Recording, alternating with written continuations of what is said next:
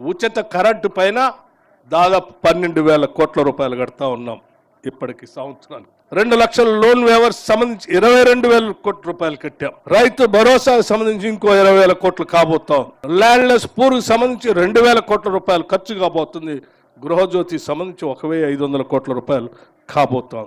Free మొత్తం విద్యా సంస్థలన్నిటికీ ప్రతి ప్రభుత్వ పాఠశాలలో బాగుండాలనేటువంటి ఆలోచనతో ఉచిత కరెంటు అక్కడ కూడా ఇస్తా ఉన్నాం. అంతేకాదు ఇంకొక నూతనమైనటువంటి young India integrated residential schools అని ప్రపంచంతో పోటీ పడేటట్టుగా ఉండేటువంటి స్కూల్స్ ని ఈ సంవత్సరం ప్రతి శాసనసభ నియోజకవర్గంలో ప్రారంభం చేయాలని, ఈ స్కూల్స్ కి దాదాపు ఈ సంవత్సరమే ఒక 5,000 కోట్ల రూపాయల వరకు వెచ్చించి ఈ స్కూల్కి సంబంధించిన బిల్డింగ్లు కట్టాలని నిర్ణయం తీసుకొని ముందుకు పోతా ఉన్నాం. చేసే ప్రతి పని ప్రజల కోసమే చేస్తున్నాం, ప్రజల కోసమే నిలబడుతున్నామని చెప్పి చాలా స్పష్టంగా మీ అందరికీ నేను సవినయంగా మనవి చేస్తూ, దయచేసి కార్యకర్తలంతా కూడా సంక్రాంతి సంబరాల్ని పెద్ద ఎత్తున జరుపుకుంటూ ఆ సంబరాల్లో కాంగ్రెస్ ప్రభుత్వం ఇందిరమ్మ రాజ్యం ఈరోజు చేసే ప్రతి కార్యక్రమాన్ని ఊళ్ళో